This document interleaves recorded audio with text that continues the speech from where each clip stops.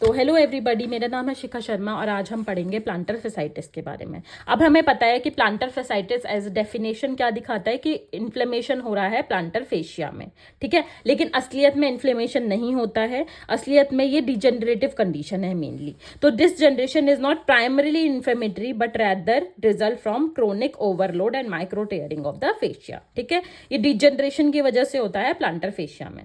10 में से एक इंसान को ये पक्का होता है इन अ लाइफ टाइम। ये मेन फ्रीक्वेंट कॉज है हील पेन का हमारे अडल्ट्स में, ठीक है। अब हम देखेंगे प्लांटर फेशिया होता क्या है। प्लांटर फेशिया सोल में पाया जाता है। यहाँ पे ऐसे मान लो, ये अगर मेरा फुट है तो ये, और ये सोल है, तो यहाँ पे ऐसे करके एक प्लांटर फेशिया, एक थिक कनेक्टिव टिश्यू पाया जाएगा। एनाटमी में इसका जो ओरिजिन है वो होगा कैल्केनियस के मीडियल ट्यूबरकल से होते हुए, फिर ये 5 डिजिटल स्लिप्स में डिवाइड हो जाएगा और फिर प्रॉक्सिमल फैलिंग्स में ये जाके इंसर्ट हो जाए। इसका काम क्या है? ऑब्वियसली आप देखोगे कि जो हमारे ऊपर से जितनी भी हमारी वेट बेयरिंग वाली चीज़ें आती हैं वो ऐसे पड़ती हैं, राइट। और ऐसे पड़ने की वजह से ऐसे डिस्ट्रीब्यूट होती हैं। तो आपको नहीं लगता ये जो डोम शेप्ड है ये सीधा हो जाना चाहिए? क्योंकि अगर मैं ऊपर से ऐसे और वेट ऐसे डिस्ट्रीब्यूट कर रही हूँ, मान लो ये मेरा हाथ यूँ और मैं यूँ करके वेट दे रही हूँ, तो ये यूँ हो जाना चाहिए। लेकिन ये नहीं होता। क्यों? क्योंकि नीचे प्लांटर फेशिया रहता है, ये ऐसे इसको मेंटेन करके रखता है मीडियल लॉन्गिट्यूडनल आर्च को, ठीक है। तो ये वाला जो आर्च है वो यूँ नहीं होता। क्यों? क्योंकि ये ऐसे मेंटेन करके रखता है। तो ये क्या है? ये एक थिक कनेक्टिव टिश्यू है। ऑब्वियसली थिक होगा, अगर थिन होगा तो वैसे ही बहुत ज्यादा लोड नहीं ले पाएगा। तो एक थिक कनेक्टिव टिश्यू होता है जो हमारे सोल ऑफ फुट में पाया जाएगा, जो कि हेल्प करेगा मीडियल लॉन्गिट्यूडनल आर्च को सपोर्ट करने के लिए, ठीक है। तो ये ऐसे थिक कनेक्टिव टिश्यू हमारा नीचे आ गया सोल ऑफ फुट में। अब इसका मेन काम क्या रहेगा? जब भी हम, जैसे अगर किसी का आर्च ऐसे नहीं है, ठीक है, मान लो वो पहले से ही फ्लैट है, तो और ज्यादा दबाएगा, है ना, और ज्यादा इसको पुश करेगा। तो हम ये बोल सकते हैं जिसकी बायोमैकेनिक्स थोड़ी सी फुट की पहले से ही खराब है, उसका प्लांटर फेशिया में प्रॉब्लम हो सकती है, क्योंकि उसको दबाव पड़ेगा, तो उसको माइक्रो टीयर होने के चांसेस और भी ज्यादा हैं, ठीक है। तो हम ये बोल सकते हैं। और क्या बोल सकते हैं कि ये क्या करता है मेनली, ये ना विंडलास मैकेनिज्म के थ्रू काम करता है। विंडलास मैकेनिज्म को समझने के लिए हम मान लो ये लेके आते हैं, ठीक है। ये मान लो ये हमारा फुट है और ये मैंने थिक की जगह बहुत ज्यादा थिन बना दिया, आई नो, बस समझना है इससे हमें। ये ना इसको मेंटेन करके रख रहा है जो ये बना हुआ है, ठीक है। अब जब हम चलेंगे तो हम अपने टोस को ऐसे लेके जाएंगे, है ना। जब हम ऐसे लेके जाते हैं, ठीक है, तो ये क्या करेगा? अभी रिलैक्स पोजिशन पे है, बट जैसे ही टोस को हम ऐसे लेके जाएंगे तो ये क्या करना शुरू करेगा? ये टाइट होना शुरू करेगा। ये जब टाइट होना शुरू करेगा तो देखो यहाँ पे टाइट हो रहा है ना। तब ये टाइट होगा तो ये इसको मेंटेन करके रख रहा है। ये खुद टाइट हो रहा है, इसको ऐसे नहीं होने दे रहा, इसको नहीं छिड़ने दे रहा। जब ये हमारा ऐसे पैर लेके जा रहा है तो हमारा पैर ऐसे हो जाना चाहिए था, लेकिन ये क्या कर रहा है? ये खींचने की वजह से इसके साथ खींचने की वजह से ये स्ट्रेच हो रहा है और इसको आज तक नहीं आने दे रहा, इस लॉन्गिट्यूडनल आर्च को मेंटेन करके रख रहा है, ठीक है। तो ये होता है हमारा विंडलास मैकेनिज्म। तो as we can see in the image, पहले प्लांटर फेशिया नॉर्मली रिलैक्स्ड है क्योंकि हमारा टो नॉर्मल है।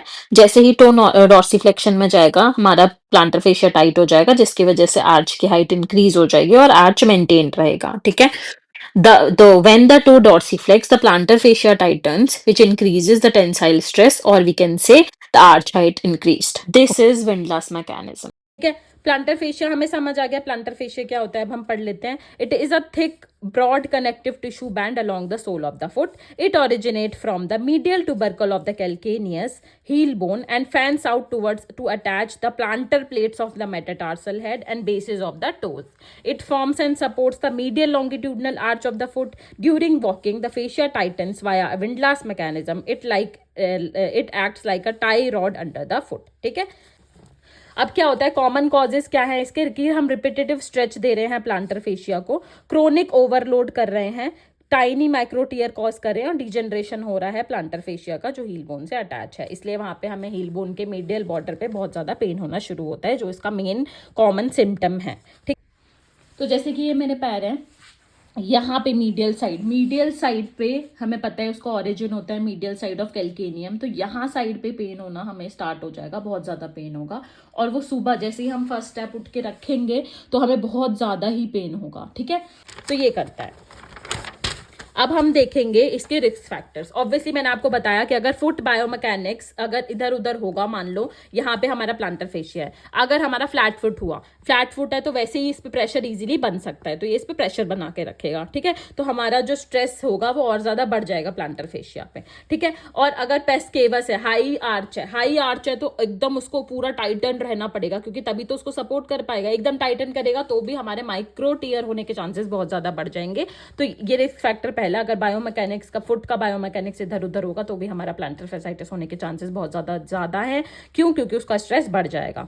टाइट काफ है और लिमिटेड एंकल डॉर्सीफ्लेक्शन है तो उसकी वजह से भी बहुत ज्यादा प्लांटर फेशिया बढ़ जाएगा। क्यों? क्योंकि अगर काफ मसल भी हमारा बहुत ज्यादा लोड लेती है, लेकिन अगर वही टाइट हो रखे तो सारा का सारा टेंशन किस पे आएगा? हील पे आएगा और प्लांटर फेशिया पे आएगा, ठीक है। ओबेसिटी क्यों है? क्योंकि जितना ज्यादा वेट होगा उतना प्लांटर फेशिया को वेट मेंटेन करना पड़ेगा, वेट शॉक ऑब्जॉर्ब करना पड़ेगा, इसलिए ओबेसिटी, ठीक है।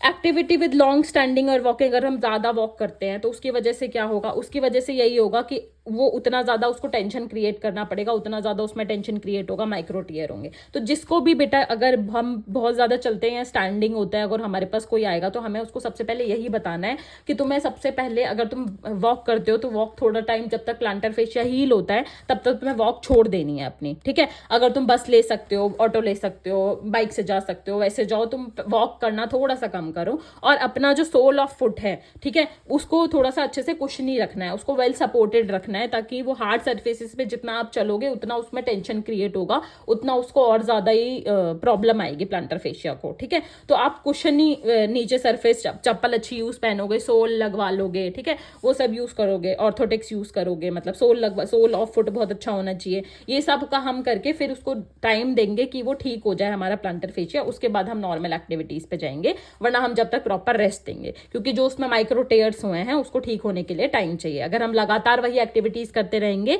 तो प्रॉब्लम आ जाएगी, ठीक है। एज मेनली ये 40 to 60 ईयर्स में होता है, मेनली फीमेल को होता है, रफली इक्वली है, मेल्स को भी उतना ही होगा, लेकिन फीमेल्स को ज्यादा दिखाया जाता है। अदर फैक्टर्स क्या आएंगे? अगर LLD है, ठीक है, लिम्ब लेंथ डिस्क्रिपेंसी, ऑब्वियसली एक पैर ज्यादा है तो वो ज्यादा लोड लेगा तो उस साइड ज्यादा पेन होगा। एक्लीस टेंडन हमारा टाइट है, उसकी वजह से भी उस पर लोड बढ़ जाएगा, ठीक है। तो ये सब होने की वजह से अगर आपके पास कोई पेशेंट आता है और अगर वो बोलता है मेरी ना कमर में भी पेन है, ठीक है, और उसकी वजह से भी अगर आप पूरा असेस करोगे और उसको पैर में भी पेन जा रहा है तो शायद वो बैक की नर्व की वजह से आया है, ठीक है। वरना अगर आप देखोगे कि मसल्स टाइट है, काफ टाइट है, तो भी हमारा प्लांटर फेशिया भी में पेन हो सकता है, प्लांटर फेसाइटिस हो सकता है, ठीक है। तो ये सारी भी हमें साइड बाय साइड चेक करनी पड़ेगी। अगर वो बहुत ज्यादा ही सोल ऑफ हम शूज उसके अच्छे नहीं है तो भी हमें ढंग से उसको बताना पड़ेगा। अगर वो वॉक ज्यादा करता है, अगर वो ओबीज है, तो भी हमें उसे बोलना पड़ेगा कि आप स्विमिंग कर सकते हो, आप साइकिलिंग करो, ठीक है। आप ये सारी चीजें कर सकते हो, बट ये वाली चीजों के लिए थोड़ा वॉकिंग वगैरह में, रनिंग वगैरह में आपको थोड़ा अभी तो रुकना पड़ेगा जब तक वो अच्छे से मेंटेन नहीं होता, ठीक है। सिम्टम्स क्या है? सिम्टम्स ये हैं कि हील पेन होता है, mainly inner medial aspect of calcaneum पे होगा, जो मैंने आपको दिखा दिया है। शार्प एकिंग पेन होगा, वर्स्ट होगा first step, few step after walking और सिट। जैसे ही हम जगेंगे, पहला स्टेप रखेंगे, बहुत ज्यादा पेन होगा, ये मेन सिम्टम है उसका, बहुत इंपॉर्टेंट सिम्टम है, ठीक है। स्टिफनेस हील में दिख सकती है। पेन लेसन होगा जैसे ही हम एक्टिविटी करेंगे और मतलब थोड़ा थोड़ा टाइम जाते जाएगा तो पेन ठीक होने लग जाएगा, ठीक है। लोकलाइज्ड पेन रहेगा, नमनेस नहीं आएगी। इसकी पैथोफिजियोलॉजी क्या है? पैथोफिजियोलॉजी बेटा यही है कि ये एक डिजेनरेटिव कंडीशन है, डिजेनरेटिव टेंडिनोपैथी है, ठीक है, जो जिसको हम फेस्कियोसिस बोल सकते हैं। ओसिस क्यों बोल सकते हैं? क्योंकि आइटिस कोई इन्फ्लेमेशन नहीं देखी जा रही है, इसमें कोई WBC नहीं मिलेंगे आपको, इन्फ्लेमेशन नहीं दिखेगी। रिपीटेटिव माइक्रो ट्रॉमा की वजह से ये माइक्रो टीयर्स कॉज कर रहा है कैल्केनियन इंसर्शन पॉइंट पे, तो उसकी वजह से यहाँ पे पेन हो रहा है उस पॉइंट पे। विंडलास मैकेनिज्म पता है आपको, जब टो डॉर्सीफ्लेक्स करता है, अपवर्ड होता है, तो पता है प्लांटर फेशिया टाइट हो जाता है, जिसकी वजह से टेंसाइल स्ट्रेस इसका बढ़ जाता है। तो जैसे ही आप ज्यादा वर्क करोगे उसके टेंसाइल स्ट्रेस और ज्यादा बढ़ता रहेगा, तो इसलिए वर्क हमें कम करना पड़ेगा। इनएडिक्वेट हीलिंग, अगर हम हील ही नहीं होने दे रहे, उसको टाइम ही नहीं दे रहे, ठीक है, तो उसकी वजह से माइक्रो टीयर एक्सीड कर पाएंगे और बॉडी रिपेयर कैपेसिटी कम हो जाएगी, इसकी वजह से क्रोनिक डिजेनरेटिव चेंजेस आ जाएंगे, ठीक है। इसको हम प्लांटर फेसियोसिस बोल सकते हैं। डायग्नोसिस हम डायग्नोस कैसे करेंगे? सबसे पहले तो हिस्ट्री के थ्रू, के पहला पैर रखता हूँ, पहला मैं कदम रखता हूँ सुबह सुबह तो बहुत ज़्यादा पेन होता है, बहुत ही ज़्यादा, मीडियल साइड ऑफ कैल्केनियम पे बहुत ज़्यादा पेन होगा, हील पे, ठीक है। टेंडरनेस होगी एंटीरियो मीडियल कैल्केनियम ट्यूबरकल पे। पेन रिप्रोड्यूस होगा अगर हम स्ट्रेच करेंगे, ठीक है। जैसे ही हम स्ट्रेच कैसे करेंगे, जिसको हम विंडलास टेस्ट बोलते हैं, मैं आपको स्ट्रेच करके दिखा दूंगी। तो विंडलास टेस्ट के लिए हमें क्या करना होता है कि डॉर्सीफ्लेक्शन करना है, सेम फर्स्ट मेटाटार्सोफेरेंजियल जॉइंट का, उसकी वजह से स्ट्रेच आएगा प्लांटर फेशिया में, और फिर अगर पेन होता है तो ये पॉजिटिव है, जैसे कि मैं दिखा रही हूँ अभी इसमें। तो यहाँ पे अगर पेन होगा तो ये टेस्ट पॉजिटिव है। मेनली आपको हिस्ट्री से पता चल जाएगा, टेंडरनेस से पता चल जाएगा, ठीक है। एक्सरे में सच फेशिया दिखेगा नहीं, लेकिन अगर अदर चीजें हैं जैसे हील फ्रैक्चर है, हील्स पर है, तो वो आपको दिख सकते हैं, ठीक है। अल्ट्रासाउंड कराओगे तो भी आपको थिकनिंग पता चल जाएगी। थिकनिंग मेनली 4 mm से अगर ज़्यादा है तो उसको प्लांटर फेशिया है। ब्लड टेस्ट में जो भी सारी अदर इन्फ्लेमेटरी कंडीशंस है वो हम पता लगा सकते हैं।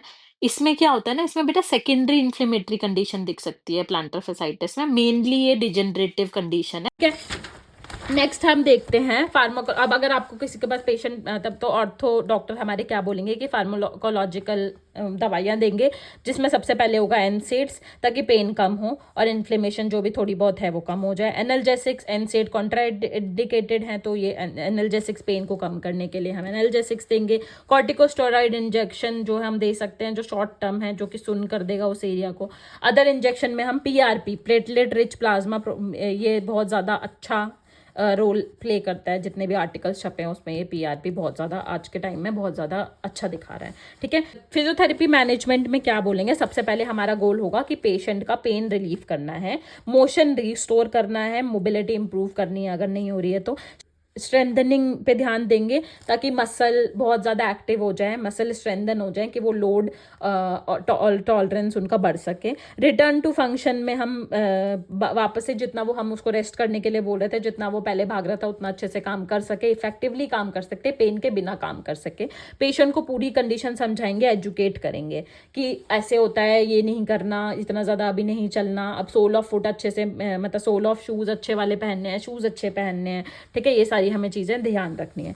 एक्टिविटी मॉडिफिकेशन हम पेशेंट एजुकेशन के थ्रू ही बता सकते हैं कि बेयर फुट आपको नहीं चलना है, सोल ऑफ फुट पहन के अच्छे से चलना है। हाई इम्पैक्ट एक्टिविटीज़ अभी नहीं करनी है, भागना वागना नहीं है। अगर आप चल के जा सकते हो चल के जाओ, और चलना भी ज़्यादा नहीं है, अच्छे से रेस्ट टाइम देना है, ठीक है। जैसे अगर आप ट्रेन से जा सकते हो, बस से जा सकते हो, मेट्रो से जा सकते हो, स्कूटी से जा सकते हो, आप वो कार से जा सकते हो, वो यूज़ करो, ठीक है। एजुकेशन के लिए हमें पता चल गया हम फुटवियर अच्छा पहनेंगे जो कि आर्च सपोर्ट देता है। वार्म अप और स्ट्रेचिंग अच्छे से करेंगे जब भी हम वेट बेयर करेंगे, एकदम से वेट नहीं उठाएंगे जाके प्लांटर फेशिया को एकदम टेंशन क्रिएट हो जाए, वो नहीं करेंगे। पेन के लिए हमें पता है हम क्रायोथेरेपी कर सकते हैं 10 to 15 minutes 2 to thrice a day, ठीक है। रिलेटिव हमें रेस्ट देना है, कंप्लीट इमोबिलाइजेशन नहीं करना है, लेकिन रिलेटिवली हमें रेस्ट देना है, जितना उसको पेन नहीं होता बस उतना चले, और उसके बाद वो थोड़ा सा रेस्ट ले और फिर उसके बाद चले। हील कुशंस हमें यूज़ करने हैं, हमें पता ही है, ठीक है, ताकि हील को रेस्ट मिले।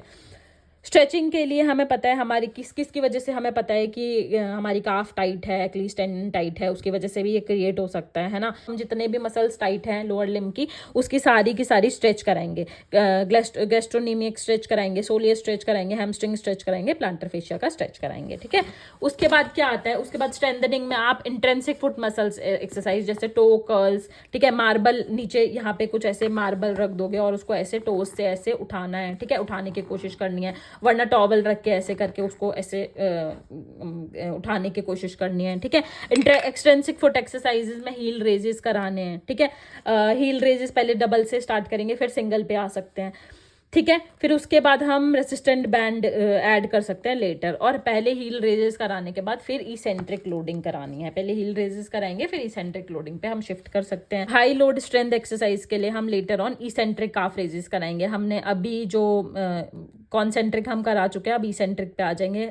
जितना वेटेड करेंगे, वेटेड में हम रेसिस्टेंट बैंड का यूज़ कर सकते हैं, वेट्स का यूज़ कर सकते हैं, ठीक है। जिससे क्या होगा, लोड टॉलरेंस बढ़ेगा और कोलेजन रीमॉडलिंग बढ़ेगी, ठीक है।